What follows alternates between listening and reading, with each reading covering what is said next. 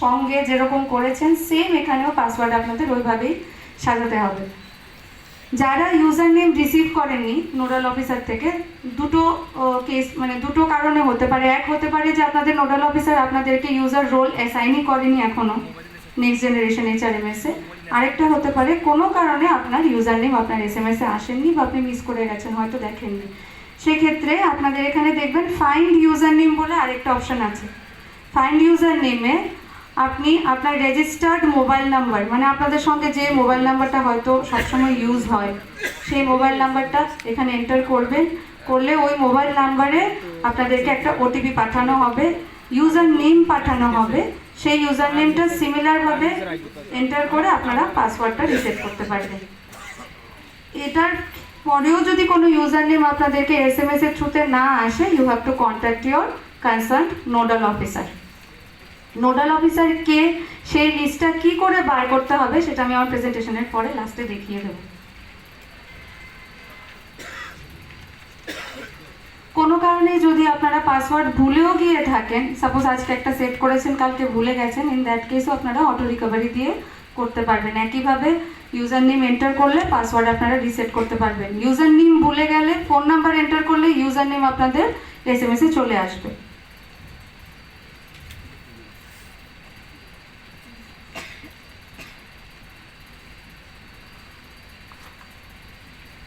আপনাদের যখন user name password allocate করা হয়েছে তখন আপনাদেরকে ট্রেনিং দেওয়া হয়নি। আজকে যেহেতু আমরা ট্রেনিং শুরু করছি, আজকে থেকে আমরা কাজও শুরু করব, আশা করছি তো সেটাই। তো হেড অফ অফিস এবং ডিলিং অ্যাসিস্ট্যান্টদের কাজটা আমরা প্রথমে দেখে নেব। এটা আগের HRMS-এর থেকে সম্পূর্ণ আলাদা।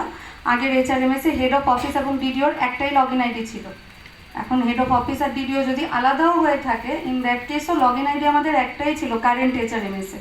নেক্সট জেনারেশন HRMS-এ রোল ওয়াইজ আলাদা থাকবে। যদি একই ব্যক্তি হেড অফ অফিস এবং DDO দুটোরই দায়িত্বে থাকে, ইন দ্যাট কেস আপনাদেরকে রোলটা সুইচ করতে হবে। লগইন আইডি হয়তো একটাই থাকবে, কিন্তু হেড অফ অফিস হয়ে আপনি DDO-র কাজ করতে পারবেন না, বা DDO হয়ে হেড অফ অফিসের কাজটা করতে পারবেন না। যদি অফিসার আলাদা আলাদা থাকে, হেড অফ অফিস এবং DDO, in that case login আইডিও আলাদা আলাদা আপনাদেরকে প্রোভাইড করা হবে।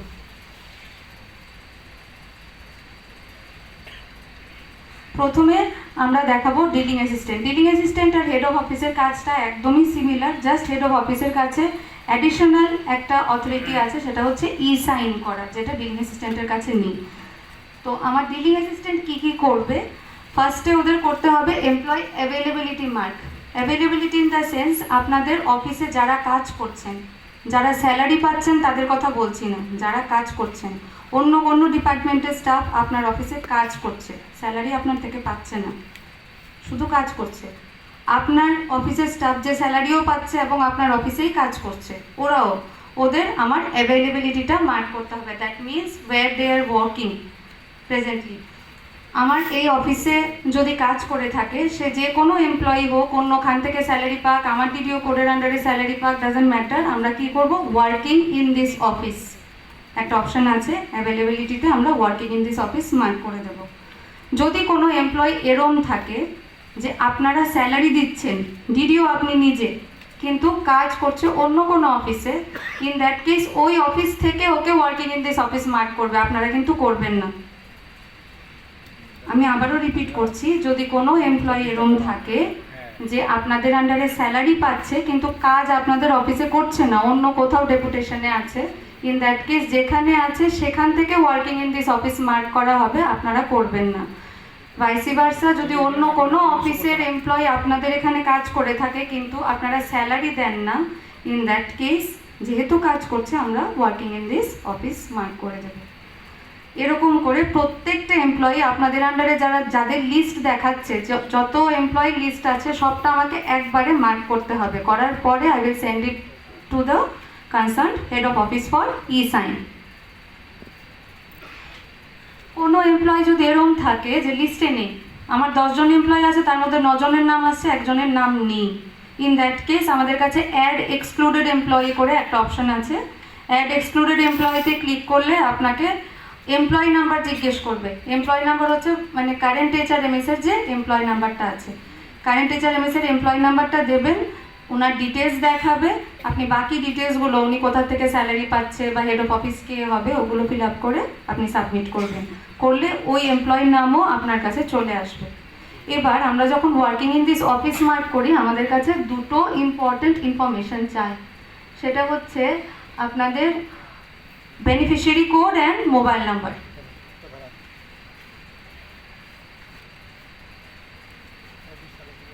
Beneficiary code and mobile number চাইবে।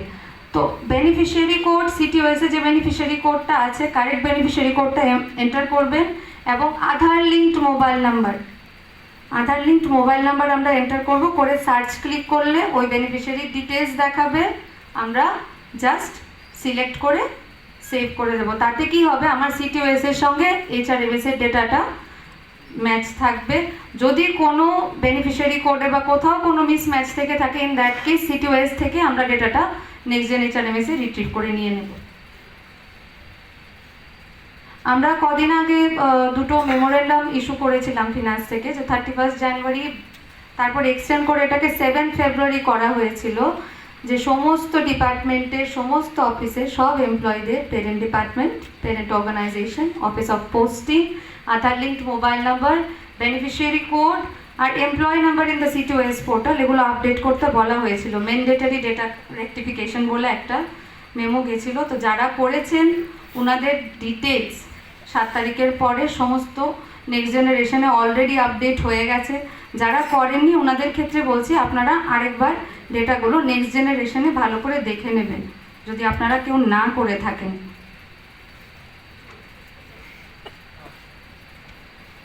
আপনারা যখন ওয়ার্কিং অ্যাভেলেবিলিটি মার্ক করবেন এমপ্লয়ি, তখন আপনাদের কাছে আরও অন্য অপশন থাকবে। এমপ্লয়ি রং এন্ট্রি কিনা, রং এন্ট্রি ইন দ্য সেন্স কোনো এমপ্লয়ি যে হয়তো বর্তমানে নেই, এরকম কোনো এমপ্লয়ি নেই, কিন্তু কোনো প্রোফাইল ক্রিয়েট হয়েছিল আগের এইচআরএমএসে, ইন দ্যাট কেস ওর প্রোফাইলও চলে আসতে পারে, আপনাকে তাকে রং এন্ট্রি মার্ক করতে হবে।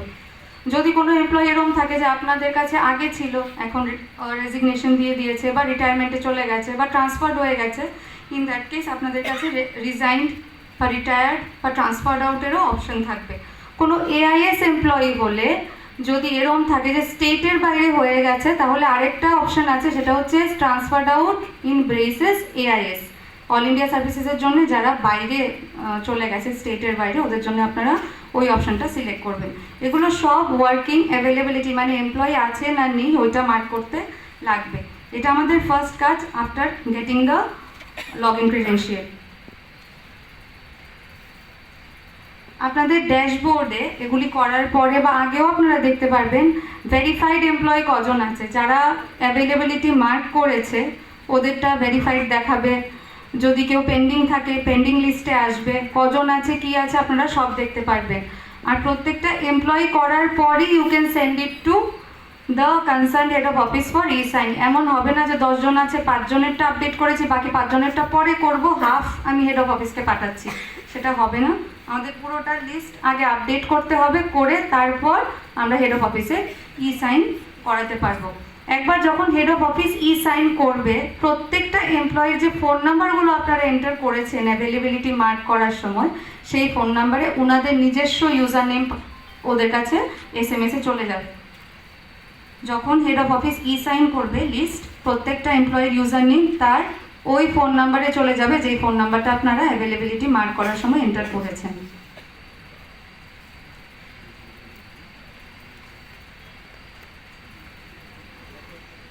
এটা মার্ক করার পরে নেক্সট হচ্ছে এমপ্লয়ি ম্যানেজমেন্ট, এটা আরেকটা মডিউল। এটা বেসিক্যালি আপনাদের কারেন্ট এইচআরএমএস এর বেসিক ডিটেলসের মতো অনেকটা, আমরা ওরকমই রেখেছি স্ট্রাকচারটা, নোমেনক্লেচারটা হয়তো আলাদা আছে। এমপ্লয়ি ম্যানেজমেন্টে বেসিক ডিটেলসে আপনারা যে ডিটেলসগুলো ক্যাপচার করতেন প্রত্যেকটা ডিটেলস এমপ্লয়ি ম্যানেজমেন্টে আপনাদেরকে দেখানো হবে। আপনারা সবাই ডিটেলসগুলো ভালো করে চেক করে নেবেন, স্পেসিফিক্যালি তার pay structure, contact details, PAN card, Aadhaar number আমরা এখানে ক্যাপচার করছি না তো, কিন্তু বাকি ডিটেলস যা যা আছে আপনাদেরকে ভালো করে দেখে নিতে হবে। যদি কোনো কারেকশনের দরকার পড়ে আপনাদের কাছে অপশন থাকবে এডিট করার, এডিট এমপ্লয়ি বলে একটা অপশন থাকবে, আপনি এডিট করবেন, প্রোফাইলটা তখন ড্রাফট মোডে থাকবে।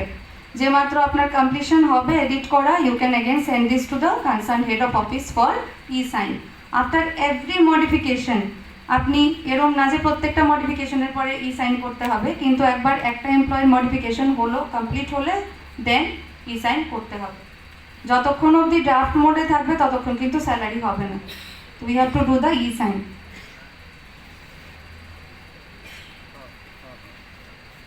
যদি হেড অফ অফিস চেক করে ম্যানেজমেন্টে গিয়ে যে তার প্রোফাইলে কোনো ভুল আছে, he can always reject the profile and he can send for modification again to the concern dealing assistant. In that case concern dealing assistant আবার এটাকে এডিট করবে, আবার হেড অফ অফিসের কাছে ই সাইনের জন্য পাঠিয়ে দেবে।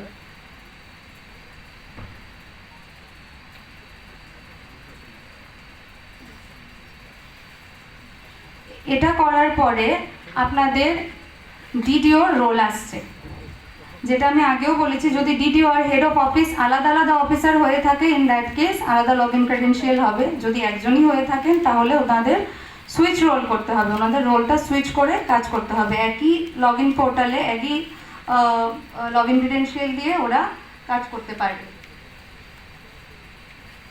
এখানে দেখুন রোল সিলেকশনের অপশন আছে। একই অফিসার যিনি হেড অফ অফিসের রোলে আছে, ডিডিওর রোলে আছে, উনি রোল চেঞ্জ করে লগ ইন করার পরে সুইচ রোল একটা অপশন থাকবে, সেখানে রোল চেঞ্জ করে as a DDO or as a head of office he can work. ডিডিওদের লগ ইন ক্রেডেনশিয়াল, যারা শুধু ডিডিও আমি বলছি, আলাদা করে ওনাদের লগ ইন ক্রেডেনশিয়াল দেওয়া হবে, but that will be given on the 15th or maybe 16th of the next month. আপনাদের স্যালারি বিল 21 জেনারেট হবে প্রত্যেক মাসে। আগের মতো 15 তারিখ 16 তারিখ আমরা স্যালারি করতে পারবো না। Attendance will be auto generated and once the attendance is approve the bill will be auto generated. তো পুরোটা process 21st of every month হবে।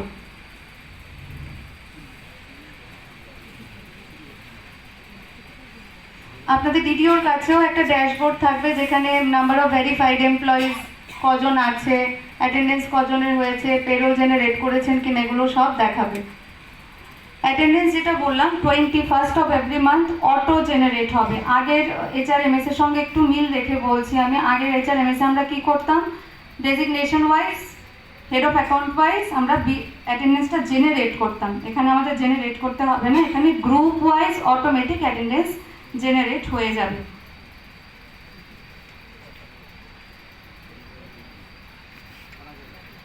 যদি কোনো এমপ্লয়ি আনঅথরাইজড লিভ থাকে, আগের এইচআরএমএস এর মতো এখানেও আপনারা ক্যালেন্ডার ডেজ মার্ক করতে পারবেন, মানে কবে থেকে কবে ওনারা অ্যাবসেন্ট ছিলেন সেটা মার্ক করার পরে আপনি সাবমিট করলে ওই কতদিন ওনারা অ্যাবসেন্ট ছিলেন ততদিনের স্যালারি ওনার কেটে নেওয়া হবে। In case of any employee who pay has been held up, বা ধরুন কোনো ডিসিপ্লিনারি অ্যাকশনে আছে, তাহলে আমরা এক্সক্লুড অপশন বলে একটা অপশন থাকবে, এক্সক্লুড এমপ্লয়ি, ওখানে আমরা এক্সক্লুড করতে পারবো, মানে তাকে ওই মাসে স্যালারি আমরা দেবই না। এক্সক্লুড করার পরে আরেকটা কাজ যেটা করতে হবে, যে আপনাকে রিভোক দ্য এক্সক্লুশন, এটাও করতে হবে। যখন ধরুন ওনার পে হেল্ড আপটা সরে গেছে বা উনি ডিসিপ্লিনারি অ্যাকশনের আন্ডারে এখন আর নেই, সাসপেনশন রিভোক হয়ে গেছে বা কিছু, তখন you have to revoke that exclusion, তারপরেই ওনার স্যালারি হবে। একবার এক্সক্লুড করে দিলে যতদিন আপনি রিভোক না করবেন এক্সক্লুশনটা, ওনার স্যালারি বিল হবে না। অ্যাটেন্ডেন্স একবার আমরা সমস্ত চেক করে অ্যাপ্রুভ যখন করে দেব, আমার কিন্তু বিল অটো জেনারেট হয়ে যাবে। We need not generate the bill for every employee or every group, every head of account. আমাদের শুধু অ্যাটেন্ডেন্সটা করতে হবে, অ্যাটেন্ডেন্স করে দিলে আমাদের বিল জেনারেট হয়ে যাবে। এবার বিল জেনারেট হওয়ার পরে আপনারা কি কি রিভিউ করবেন দেখুন, ওখানে একটা ড্রাফট পেরোল থাকবে, আপনাদের এক্ষুনি যেভাবে আছে সেভাবেই থাকবে ড্রাফট পেরোল। ড্রাফট পেরোল আপনারা প্রিন্ট করতে পারবেন বা সিস্টেমে তো দেখাচ্ছেই, সেখানে পে কম্পোনেন্টসগুলো অবশ্যই দেখে নেবেন, কার কত টাকা অ্যালাউন্স আছে, কার কি ডিডাকশনস হচ্ছে, everything will be displayed in the screen, or else you can take a print out. Bill breakups দেখাচ্ছে যেটা বললাম। নেক্সট হচ্ছে সিস্টেম অ্যানোমালিস, অটোমেটিক আপনাদের এরর দেখাবে, যদি কোথাও কোনো স্যালারি বা কোনো এমপ্লয়িকে কোনো এক্সট্রা টাকা দিয়ে থাকে, সিস্টেম কিন্তু দেখাবে যে ওই মাসে একটা এমপ্লয়ির স্যালারি বেশি গেছে, বা একটা বিলে গ্রস বেশি আছে, কোনোটাতে নেট বেশি চলে গেছে, সমস্ত কিছু দেখাবে। সেকেন্ড মান্থ বা থার্ড মান্থ থেকে আপনাদের এআই জেনারেটেড অ্যানোমালিজও দেখাবে। এআই জেনারেটেড অ্যানোমালিজে কী হবে, আপনার লাস্ট 3 মান্থসে একটা কম্প্যারেটিভ স্টাডি থাকবে। লাস্ট 3 মান্থস আপনারা যা স্যালারি দিয়েছেন, যাকে যত টাকা দিয়েছেন, প্রত্যেকটা কম্পেয়ার করে এআই জেনারেটেড একটা অ্যানুয়ালি থাকবে আপনাদের স্ক্রিনে, সেটাও আপনাদেরকে দেখে নিতে হবে। সিস্টেম আপনাদেরকে দেখিয়ে দেবে কোথায় কি ভুল হচ্ছে, ইন কেস যদি কিছু থাকে। তারপর হচ্ছে যদি বিল জেনারেট করতে গিয়ে আপনারা কোথাও কোনো চেঞ্জ করেন, সাপোজ কেউ এমপ্লয়ি স্পেসিফিক কোনো অ্যালাউন্স পাচ্ছে বা কোনো ডিডাকশন হবে, কে চেঞ্জ করেছে, কবে চেঞ্জ করেছে, কটায় চেঞ্জ করেছে, সেটাও আপনাদের ট্রানজ্যাকশন লগ বলে একটা অপশন থাকবে, সেখানে দেখাবে। এই এইচআরএমএস এ মানে নেক্সট জেন এইচআরএমএস এ আগের এইচআরএমএস এর মতো এমপ্লয়ি স্পেসিফিক অ্যালাউন্স বা ডিডাকশনগুলো ওপেন নেই। আপনাদেরকে দেখানো হবে যে এই অ্যালাউন্সেসগুলোর জন্য আপনার এমপ্লয়ি এলিজিবল। সাপোজ আজকে আপনি একজন গ্রুপ বি এমপ্লয়িকে ওয়াশিং অ্যালাউন্স দিতে চাইছেন, সিস্টেম আপনাকে দিতেই দেবে না। যেমাত্র আপনি সিলেক্ট করবেন washing allowance for a group B employee, আপনাকে সিস্টেম বলে দেবে যে this employee is not eligible for this allowance. তো আমাদের এই সিস্টেমটা প্রত্যেকটা ডিপার্টমেন্ট ওয়াইজ রুল দেখে দেখে কনফিগার করা আছে। তো এরকম হবে না যে একটা অ্যালাওয়েন্স যে পাওয়ার না তাকে দিয়ে দিলাম, বা যার ডিডাকশন সেটা কাটার কথা না তার থেকে কেটে নিয়ে নিলাম। সিস্টেম আপনাকে বারবার সেগুলো দেখিয়ে দেবে যে এখানে ভুল হচ্ছে, আপনি এগুলো দিতে পারবেন না। আপনার সমস্ত বিল চেক করার পর once you submit and approve the bill, এই বিলটা কিন্তু আপনার সিটিওএস এ চলে যাবে। সিটিওএস এ আলাদা করে ইনপুট শিটও আপনাদের বানাতে হবে না। এক্ষুনি আপনারা ইনপুট শিট বানান সবাই, আলাদা করে ইনপুট শিটের জন্য এন্টার করতে হয় সমস্ত ডিটেলস, এখন আর এন্টার করতে হবে না। সব ডিটেলস আপনাদের সিটিওএস এ অটোমেটিক চলে যাবে। আপনারা ইনপুট শিটটা ডাউনলোড করবেন, সঙ্গে এইচআরএমএস এর যা ডকুমেন্ট আছে সেগুলোও সিটিওএস থেকে ডাউনলোড হবে, যেগুলো নেক্সট জেন এইচআরএমএস থেকে গেছে, যেমন আপনাদের বিল সামারি, পে বিল, শিডিউলস বা চালান যা যা আছে সব ডাউনলোড হবে।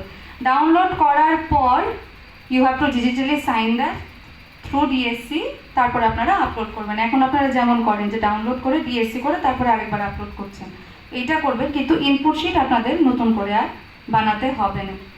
আগের মতো বিল রিভার্ট যে আমরা করতাম, যে বিল জেনারেশন করলাম এইচআরএমএস এ, সিটিওএস এ আলাদা করলাম, then we use to come for bill reverts, এখানে বিল রিভার্ট আর হবে না। এখানে সাবমিট করে দেওয়া মানে হচ্ছে আপনার বিল অটোমেটিক সিটিওএস এ চলে গেছে। সিটিওএস থেকে আপনার ট্রানজ্যাকশন আইডি ফাইডি যা আছে, ইউপিএস এনপিএস এর ক্ষেত্রে ওগুলোও পড়ে যাবে। আরেকটা ব্যাপার হচ্ছে, যখন আপনারা বিলটা সাবমিট করবেন তখন আপনাদের কাছে বিল নাম্বার চাইবে। আমি দেখেছি যে বিল রিভার্টের সবচাইতে মানে খুব ফ্রিকুয়েন্ট রিজন যেটা থাকে সেটা হচ্ছে বিল নাম্বার ভুল দিয়েছি।